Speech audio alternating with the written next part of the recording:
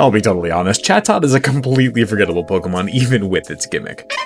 But rating them all in, well, honestly, it is much better than I realized, but still pretty bad. Sure, 90s in speed and special attack is nice, but not nice enough to overcome those defenses. And its only move in Gen 4 really even worth mentioning is its signature move Chatter, which, you know, being banned for people slinging slurs aside, it's a pretty solid move. A 60 base power flying move that also causes confusion is nice. And it does get a bit of an upgrade in Gen 8 with Chatter getting a bit stronger and adding Hyper Voice as well, but even with that, it's pretty mid at best. 2.5 stars. And you can actually get it through an in-game trade super early in Sinnoh and a tad later in Kalos, and that's actually it. So it manages to get 4.5 stars in availability. Though for concept, it seems more interesting than it actually is. Clearly, it's based on a parrot, and its whole thing is mimicry for both speech and some musical inspiration, but that's already something that parrots actually do. There's nothing that really sets it apart as a Pokemon conceptually. 2 stars. But its design, I do think, rises above the boring concept, at least a little bit. The musical note head and metronome tail are pretty cool and unique, but for some reason it doesn't seem to fit. It looks almost patched together. But the color scheme is nice to look at, still though, not all that cool or interesting of a design. 2.5 stars. So that does mean that Chatot's final score is 2.875 stars overall, and it lands in the bottom 5.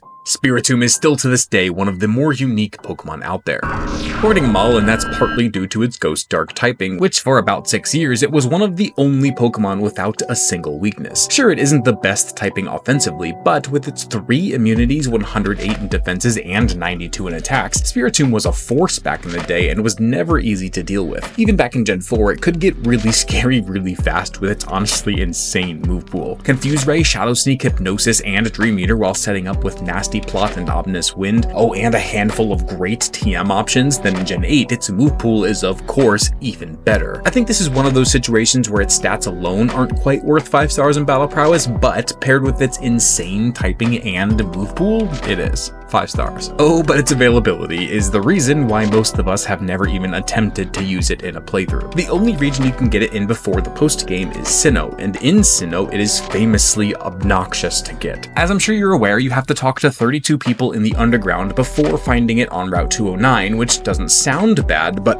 oh my god, it is. It's bad. So sure, technically it's available before the 3rd gym, but this is one of those very rare instances where its difficulty does deserve a whole star penalty. 3.5 stars. And the main reason it's one of the most unique Pokemon lies in its concept. It's based on, well, a lot of things actually. A spirit bound in one place in Norwegian folklore, a Buddhist tradition, prayer beads, the Will-o'-the-Wisps, then so many things related to the number 108, including real-world inspirations like the 108 Stars of Destiny. It's a sacred number in some religions, its defenses are 108, its Sinnoh Dex number is 108, and in those entries it says it was formed by 108 spirits, it weighs 108 kilograms, and many other in-game references. This is only a brief overview, but it clearly deserves 5 stars. Its design is also incredibly unique. However, I do think this is a good example of why we have concept and design as separate categories. Because while thematically Spiritomb is very unique and interesting and deep, its design doesn't do a great job at showing that, nor does it actually look all that cool. Sure, once you read into it, you can tell that the floating souls around it could also be like prayer beads locking it into place, but the face is just a generic ghost face, and so is the spiraling ghostly energy. It's not a bad design by any means, but I do think that it could have been a lot better, and it kind of drops the ball a bit. 3.5 stars. So that will grant Spiritomb the final score of 4.25 stars overall, but traps it below the bottom 5.